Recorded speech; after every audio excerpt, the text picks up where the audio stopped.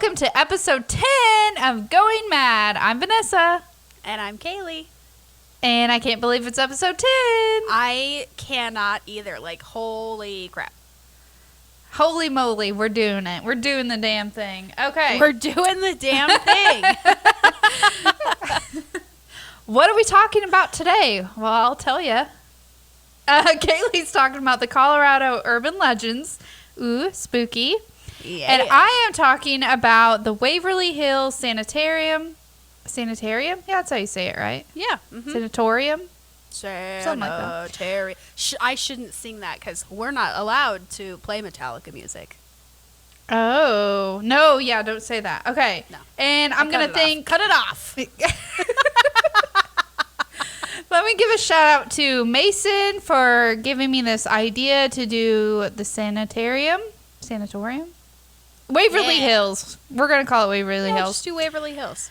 Yeah, thank you, Mason, for that suggestion. If you guys have any suggestions you guys want us to cover, any places, or do you guys have any stories, as always, as we always say. I'm going to say that now, by the way. As we always say. I always say that. As we always say, I always say. I'm probably going to say that now. Hit us up, guys. We're on Facebook. We're on Instagram.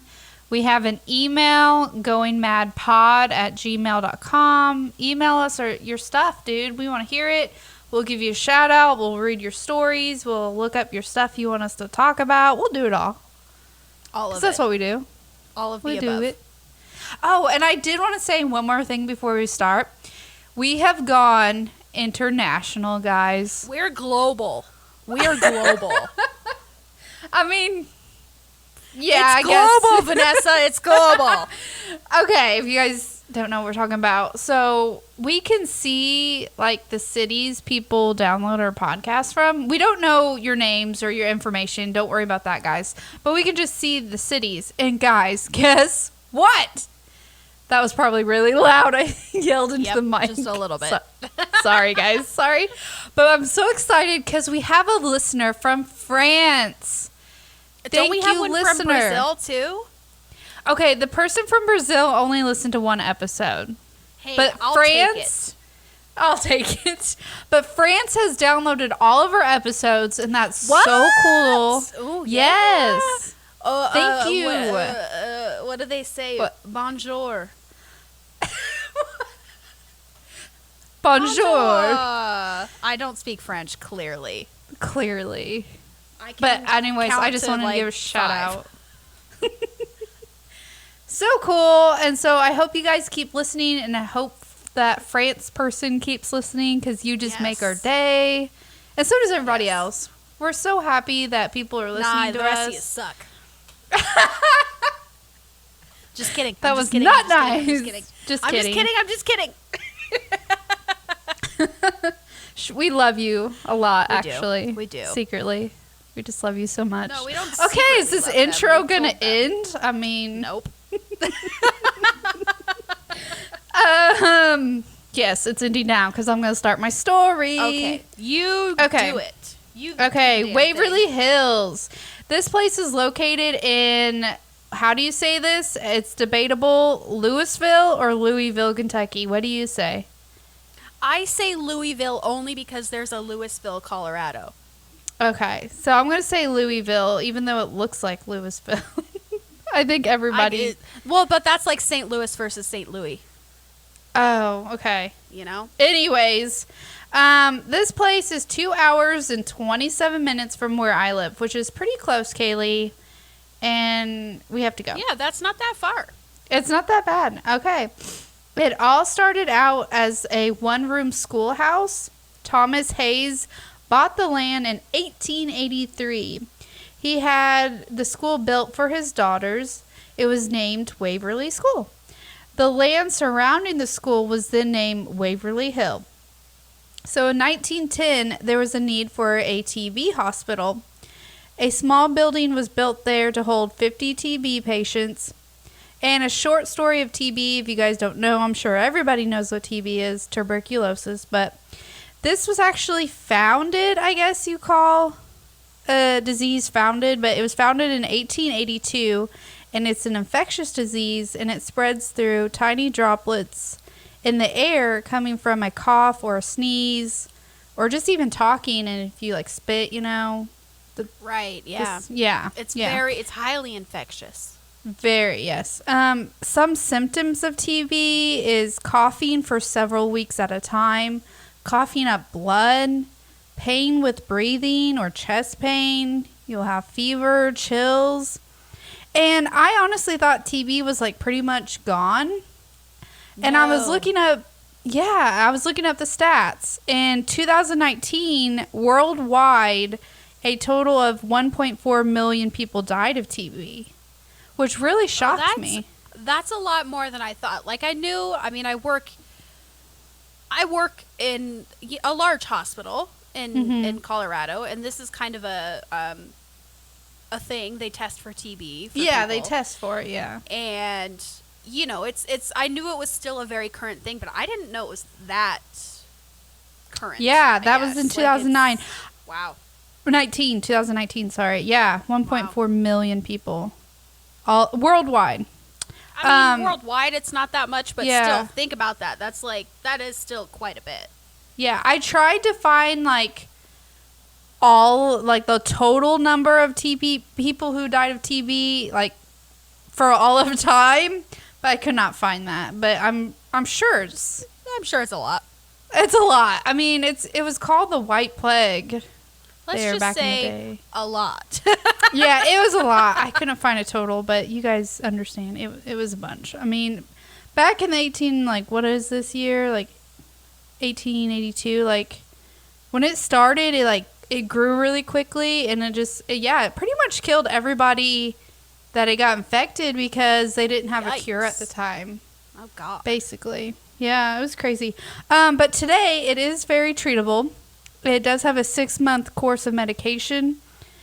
But back when it was very active, the treatment was to isolate people with TB. So facilities were built on high hills for all the fresh air. Because that's what they thought would help TB. It was all the fresh air. And this is like a throwback back to our first episode. Remember when I was talking about the Stanley Hotel? Mm-hmm. That's where the guy went. That's why he went out there, was because he had TB and he needed the fresh air. Boom. Yeah. Boom. Drop some knowledge on you. A lot of, I saw pictures of this place, and, the patients' rooms would have, doors out to, a balcony and stuff, and they were all, the balcony didn't have windows or anything, just so all the air could come in. Oh, interesting. Yeah. Mm-hmm. So because everyone infected could not leave the facility, it had to become self-sustaining, because once you got there, you weren't leaving, basically. So they had to grow their own food, they slaughtered their own meat, they had their own water treatment, and they even had their own post office, which is kind of cool. Everyone cool. It is. They had everything. I mean, it was basically their own. They had a little village. Mini town. Yeah, basically, yeah. Everyone worked there wasn't allowed to leave either. So I wouldn't sign up for that job. That sucks. No. Yeah. But the strange thing is, I read that they had a visitor day, which I feel like defeats the purpose. What? How's that possible? What? That's the only thing I read about it. So the only thing I would assume is they had a in jail, with the glass, and they're on the wait, I don't know. You know what I mean? The glass separating them? Yeah, they were kind of quote quarantined, and so they had some sort of chamber. I don't want to say chamber because I don't know. Awful. But they had some sort of room where they could separate I had a hard time coming up with the word separate. They had a room where they could separate the patients and their families to where they weren't getting infected. Yeah, like I said, that's the only thing I read about that, so I hope that's what happened, but you know what? Maybe they didn't do that. Maybe they thought, an hour, it won't spread. Or maybe they did it outdoors. Oh yeah, like we're kind of doing now. Kind of, right? If you're outdoors, you're safer. Or if you're below standing, you're safer. Because apparently if you sit down and take your mask off, you're fine. But when you're standing, you have to wear a mask. So this is in restaurants. Sorry, this is just... Right. I'm not... yeah. We're not getting into that whole situation. Yeah, we're not doing that. But this is kind of the same thing. They got infected really easy, so they took everybody away who was infected. Well, I mean, this is literally living this right now. I mean, we're not allowed to go anywhere, so that's kind of the thing. But I don't know. So I don't know what they did, but I mean, who knows? But everybody was infected, basically. So, lost my place. Okay, so what is standing? We got sidetracked. So what is standing now on the grounds is this huge building. I mean, it's humongous, guys. Of course, the building had to get accommodated to the growing number of TB patients. So it ended up holding, when it was all done, about over 400 patients. So can you imagine, like, that's having a lot. 400 Yeah, and this was in 1926. I was going to say, so just to give you a little bit of a reference, the hospital that I work at has about 570 beds. Oh, wow. And I'm the largest hospital in Colorado. And so just think about that. Like, that's not too much less than the size. And mine's huge. I work at a huge hospital. So that's crazy to think that it was that big. Mm-hmm. Yeah, you need to look up pictures. Just Google Waverly Hills, and you can see how big it is. So... It ran as a TB hospital for about 35 years, which, holy moly, that is a long time to have TB going crazy. 35 years? Yeah, that's... Oh, God. Can you imagine? Don't let that happen. I know, I'm thinking, is that going to happen this time around? Oh, no. No. It's not because... Well, we won't get into that, but we'll get back into the Waverly Hills. One source that I found said that 63,000 people died there. Holy crap. I'm also going to say that number is very debatable. Like, wherever you look, it's different numbers. Like, they didn't have a really good system of tracking everybody who died.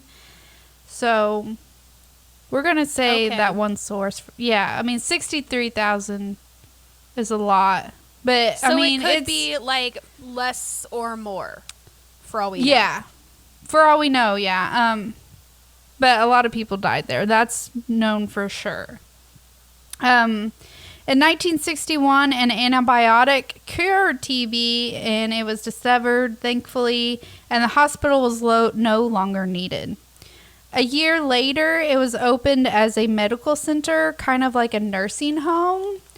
But it was only open until 1981, though. The state closed it for being understaffed and also reports of patient neglect, which is really sad. Yikes. So, over the years, the building fell to neglect. In 2001, a historical enthusiast purchased the building. They are Charles and Tina, and they are also paranormal enthusiasts. So now they are trying to restore the building. So they have fundraisers throughout the year. They put on annual haunted houses, except last year they didn't put a haunted house on because of COVID and everything, but they usually do. They do still do historical and paranormal tours. You can go onto the website and book tours. You can start booking them now, actually, because they start in March and they go through August.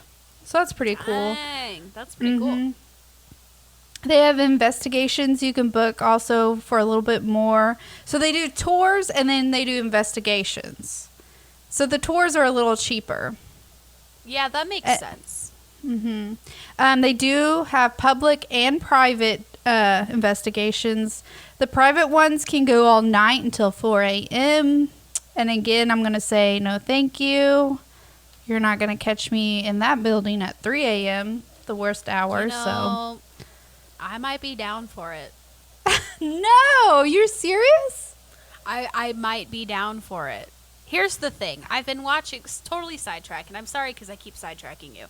But okay. I've been watching a lot of like paranormal shows lately, specifically BuzzFeed Unsolved. Yes, they went here. I saw that. I watched it the other day, and I think I would do it. At night?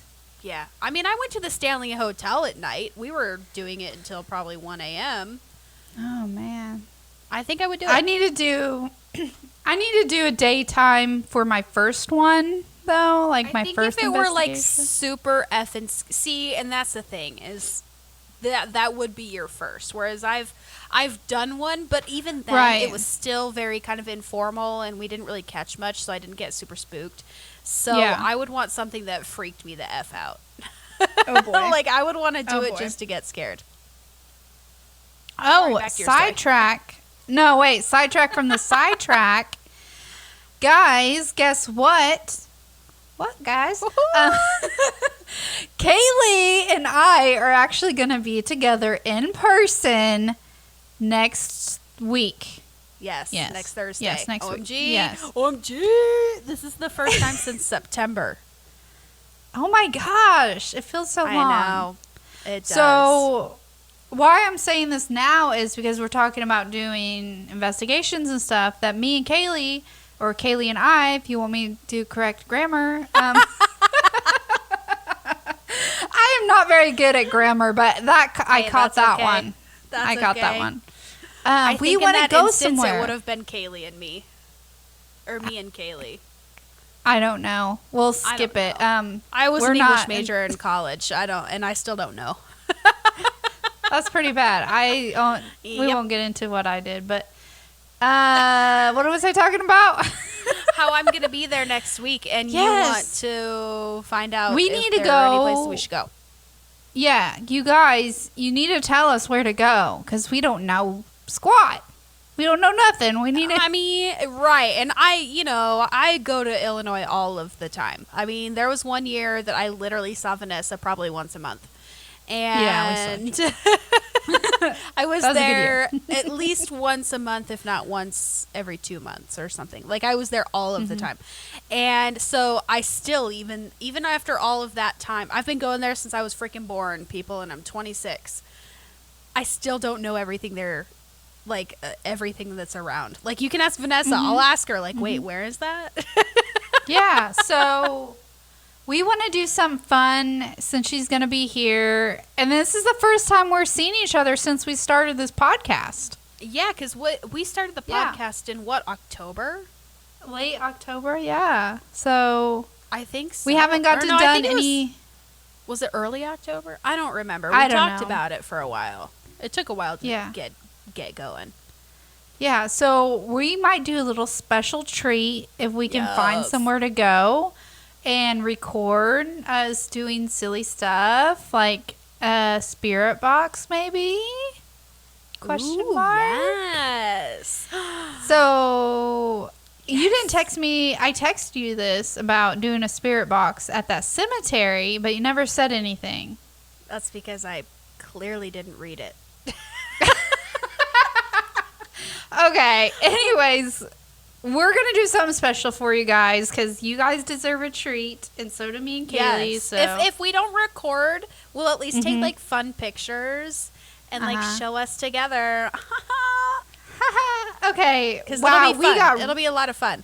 We got really sidetracked, and I'm really sorry because I started it.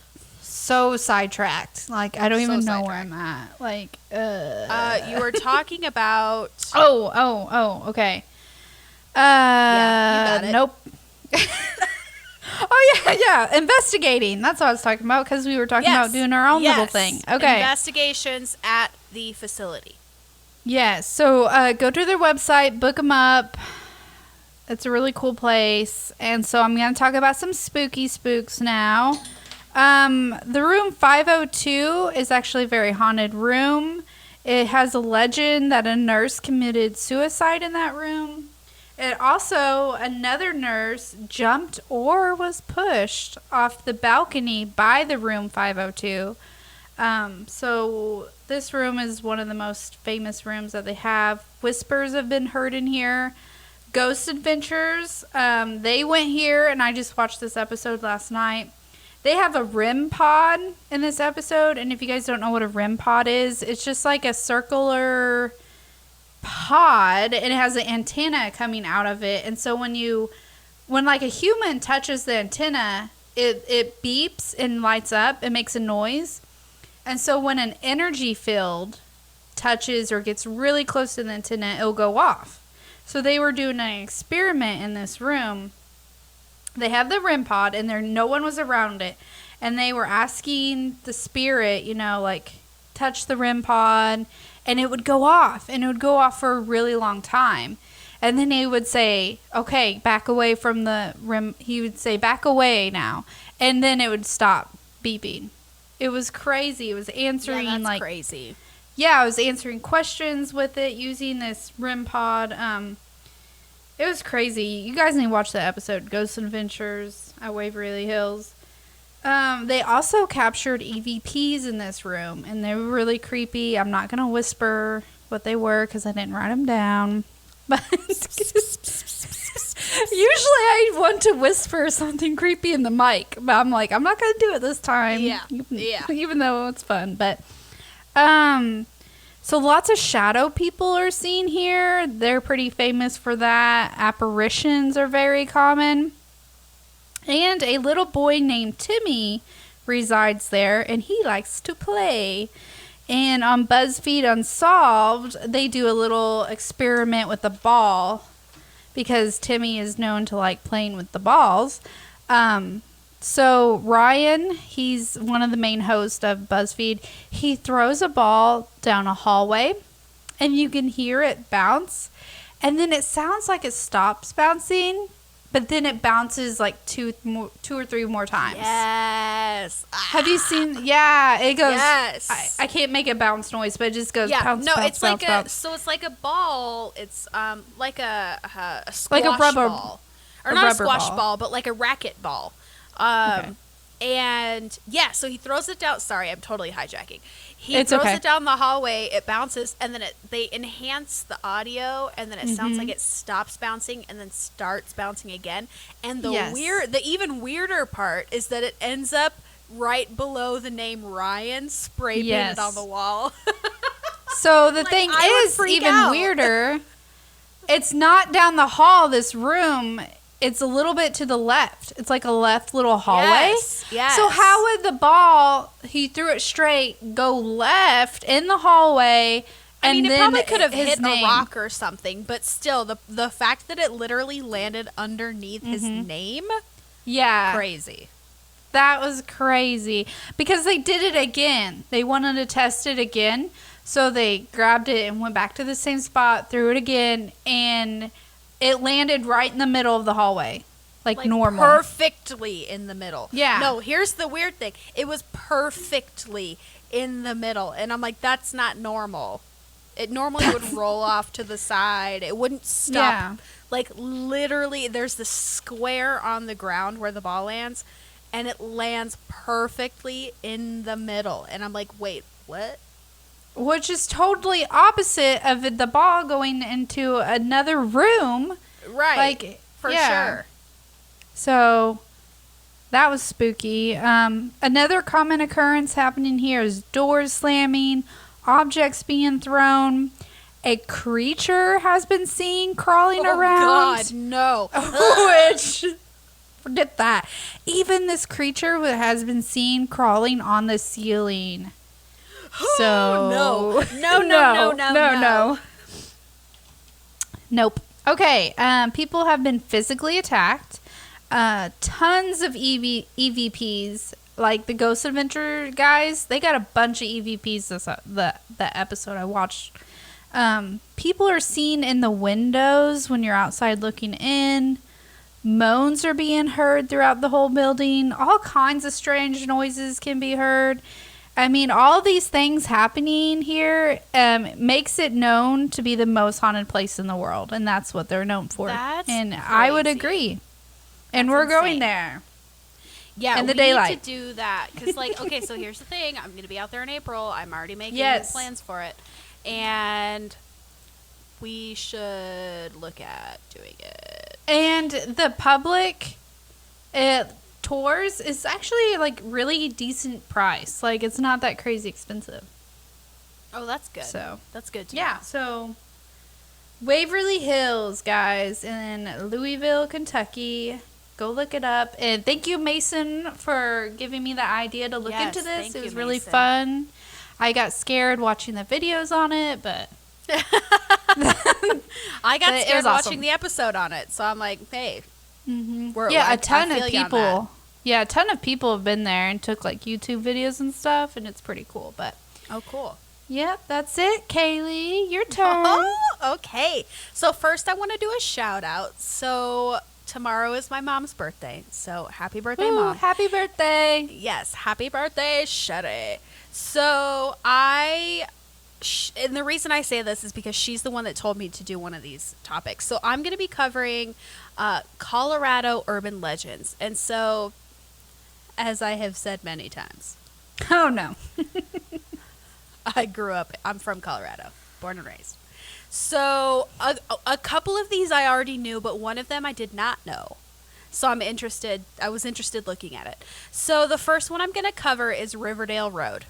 And if you're from Colorado, you know Riverdale Road very well. It is in Thornton, Colorado. Shout out to Thornton. It's where I grew up. Yeah. Oh. So Riverdale Road is about 11 miles long, and it goes from 88th all the way to 160th in Thornton. And so this was actually the road I used to take like every day, driving from my mom's house to my dad's house. Okay. I think it was almost every day because it was just less traffic and it's just one, road. And there's a golf course right off of it. The Adams County Fairgrounds are right off of Riverdale Road. There's a really nice neighborhood that Todd Helton used to be a Rockies player, the baseball team from Colorado. Okay. He lives right off of Riverdale Road. It's a whole thing. So, anywho. Riverdale Road is known for kind of like supernatural and paranormal things, like demons. Ew. And there's a ghost lady, and there's a jogger, and a phantom Camaro. Oh. Yeah, and they say that it's kind of like a Native American burial ground. And there is a gate to hell. Oh. On that road. Okay. Yes. Yeah, so for the first thing I'm going to cover is Joggers Hill. So Joggers Hill is a spot where allegedly a jogger had been struck by a car while running along the road. And now this jogger is said to kind of haunt this part of the road, seeking revenge on anyone who dares to get in the way. Yeah. Yep. So, if people want to see the jogger, personally, I've never seen said jogger, but, it's said that if you want to see the jogger, you need to park your car on the top of the hill. And where this hill is, I don't know. I don't know for sure. I have a good idea of where it might be, but I don't know for sure. So it's said to park your car on the top of the hill, turn off your engine, and wait. And then if you hear the sound of footsteps coming behind you, then that's the jogger. Some people have said that the jogger has kicked the car or tried pushing the car from behind. Some people say that, like, handprints have been left on the outside of the car. And a lot of people say don't ever let the jogger reach the driver's side of the car because that's when shit goes down. Uh-oh. Specifically, I don't know what. Not good stuff. But not good things. So, like I said, I've never seen, like I said before, at the very beginning, I drove this road almost every day. I have never seen a jogger. But that doesn't mean it doesn't happen. Mm-hmm. So, just throwing that out there. Okay, so now the Phantom Camaro. So back in the 70s, there was a Camaro that was cruising along the road that ended up crashing and ultimately killing the driver. And so they say that nowadays, if you come across a black Camaro while driving, it's highly suggested that you don't interact with that Camaro. especially if the Camaro has a busted headlight. Okay. Don't know how that factors in, but it does. And then it says that if you the Camaro might try racing you. Oh. Don't do it. It's not a good idea. And so I do have a story about that. Not necessarily related to the Camaro, but my mom has a family friend, that ended up dying on Riverdale Road. Oh my goodness. Yeah, so he was the passenger in the car, and the chairs, like the seats in the car, were not bolted down to the car, and he was ejected through the back window, and it was a whole thing, and yeah. So it's a dangerous road, and I know the exact spot where he died too, which is even worse. Mm-hmm. So, so the black Camaro thing is the whole thing. And honestly, okay, I'll get to that later. So then there's a ghost lady. And it's said that the ghost lady she died in the area. So it's said that there was a man who built this, like, really great mansion along the road. And one night just kind of went crazy and decided to burn it down. Okay. And, it killed his entire family. Aw. So the lady is said to have been the wife. And it's said that you can still hear screams in that area. The ghost lady is also known as the ghost in white. And she has been seen kind of walking the grounds. Many people have come in contact with this lady and have tried to help her, but she just kind of ignores them and continues. And then people have kind of like, who have encountered her, will see her just kind of disappear. And so now they're saying that this lady is trying to lure people into the gates of hell. Oh my gosh. Yeah. Nope. Yep. So the gates of hell. So I didn't find much on the gates of hell, but I have a couple of stories. So, as previously stated, driven this road many times, some of it at night.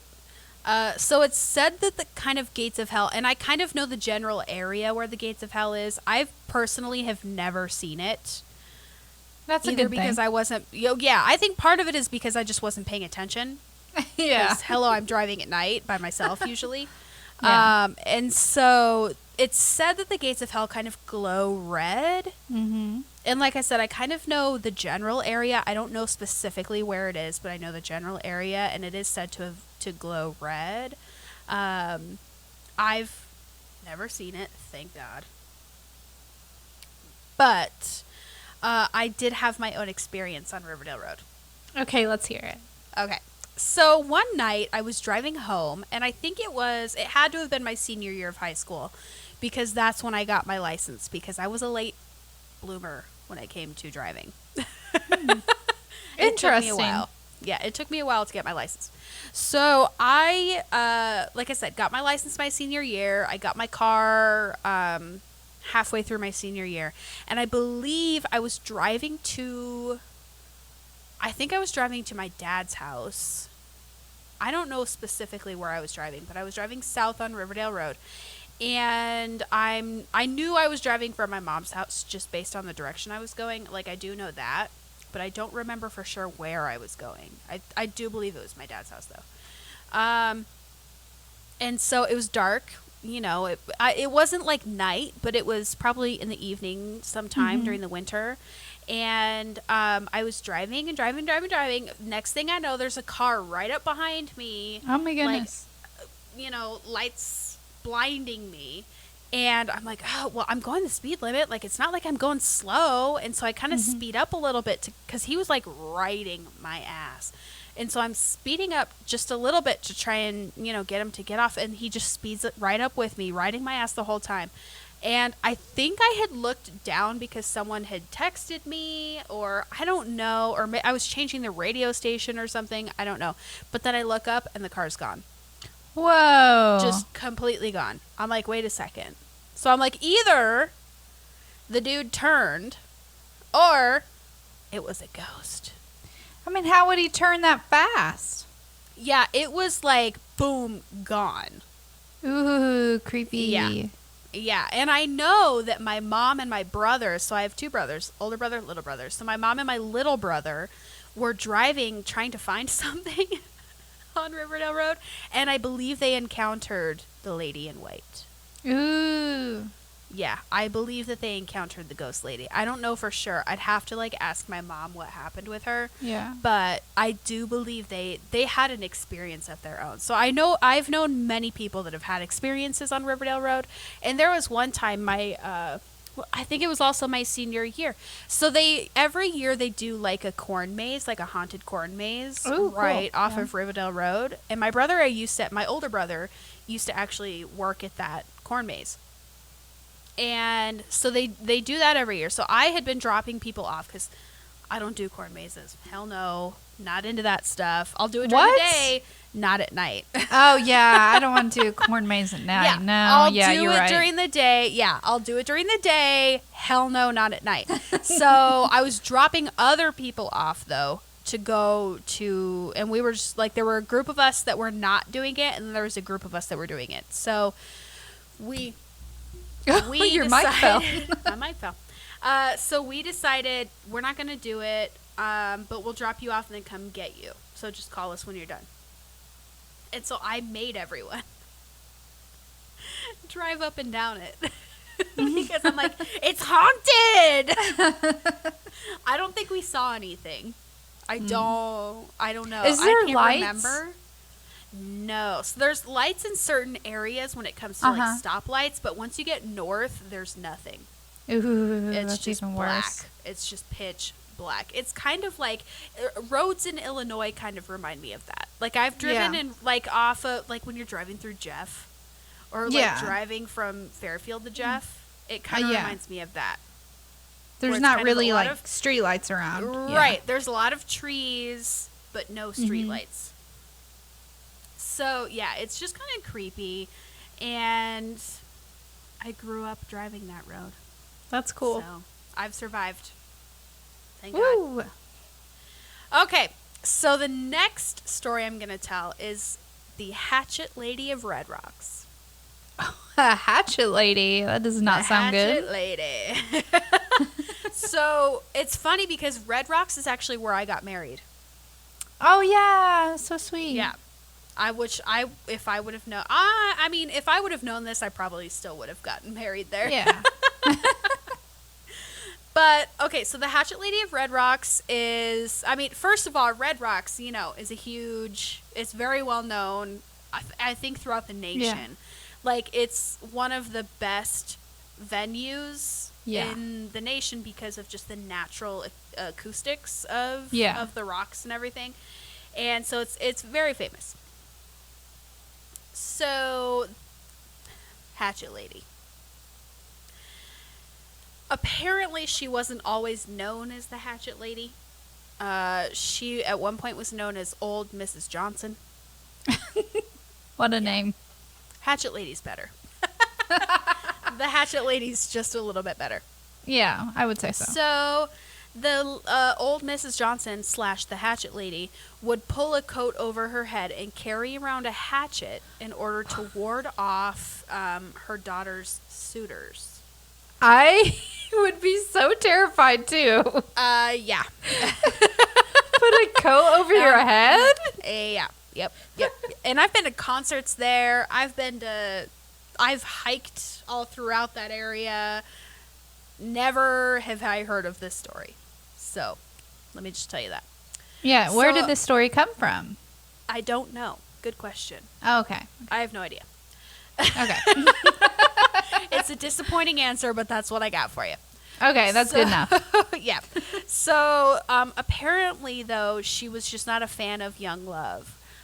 So, there are tales of her being a headless ghost that scares off couples who are, like, up there to hook up. Okay. Yeah. Yep. Which is freaky in itself. There are other stories of the lady being a homeless woman who lived in the area. So there's two women that it could be. So there's the first one of the woman who goes around, going after people. And then there's this other one who's a homeless woman who was believed to live in the area in a nearby cave in the 1950s. And instead of going after young lovers, she'd go after children. Oh, God.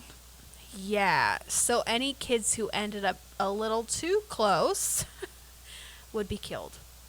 Aww. And then she would end up hiding their bodies around the grounds. Just hearing this, I'm like, nope. Like, chills.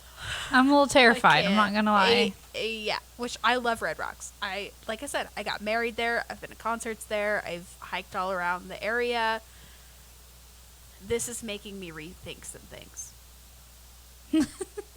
Now, when you go back, you're going to look at it different. You're going to be looking for a lady with the coat overhead. Yes. Well, and I'm guessing that this happens. I don't know, especially specifically what times. I'm guessing this happens at night. Like, I don't think that this happens during the day. I've only really ever been there during the day, other than the concerts I've been. But even then, there's thousands of people around me, so I feel okay. Yeah. So I've never been there at night by myself. Like, I've only ever gone up there during the day by myself or at night with a bunch of strangers. So I feel safe, but I'm definitely going to be double check. Can you go there just to go there and check it out? Yeah. Yeah, you can. That's cool. So there's hiking trails all throughout the park. Yeah. And then there's the amphitheater, and you can do the amphitheater at any time. It's not closed off. You can just go up there. That's cool. Yeah, and so some people do the stairs because the stairs are freaking huge. And yeah, so I've seen people will pictures. do the stairs. Yeah, and I think on 9/11 every year the firefighters go up there and just do the stairs up and down to match the amount of stairs that were in the World Trade Centers. Mm-hmm. And so people will go up there and join them. Wow. And then every year on Easter, they do a service at Red Rocks, a sunrise service at Red Rocks. And we went one year to, they do film on the rocks. And so I think every week or every couple of weeks, they show a movie. Cool. It's pretty, and it's relatively cheap too. It's not super expensive. We went and saw Star Wars up there, but we ended up leaving because it was too late. They only do it during the summer, and so the sun in Colorado doesn't go down until almost 8 o'clock. And you're old. We're waiting until 9. Well, it was on a Tuesday night, and I'm like, I gotta work at 6 a.m. tomorrow. Yeah, that does. So we ended up, I think, staying maybe until 10 o'clock. I mean, it was a movie we had already seen, so we weren't going to stay that long. But, yeah, it's just kind of cool. It's a cool area. But now that I know that there's this crazy hatchet lady, I'm going to rethink some things. You're going to be, checking out your back. Keep watching your back and stuff. I'm going to be looking over my shoulder everywhere I go. Yeah. How far is this from you? Oh, from me, this is, I don't know, 45 minutes, maybe. Cool. Maybe an hour. Okay, hopefully we can make a trip out to Colorado this summer if everything Not hopefully, you're freaking doing it. Yeah, I want to go there because I've seen clips of concerts and stuff and it looks amazing. Yeah, I will say the concerts there are a little expensive. I think, what did I spend? We went to a concert there maybe 3 years ago. And I think I spent $75 per ticket. Oh, that sounds normal. And it's general admission, though, so you got to get there early so that you can get a good seat. Oh, that kind of sucks. Yeah, otherwise because there's not assigned seats. Right, you can pay more to get assigned seats or to get into the lower section. But yeah, I mean, we've been to 2 Red Rocks concerts. I've been to 2 Red Rocks concerts. I and they were both general admission, and I think the first one we went to was maybe $60 a ticket, and then I think the second one we went to was like $75 a ticket. Mm-hmm. I don't remember though. I just know that but to me it's totally worth it because of the area that you're in. Like, oh yeah, this is a once in a lifetime kind of situation where not everyone gets to go to these concerts, and they only get a select, like, there are a bunch of people that come yearly to Red Rocks, so that only leaves room for so many new people to come in.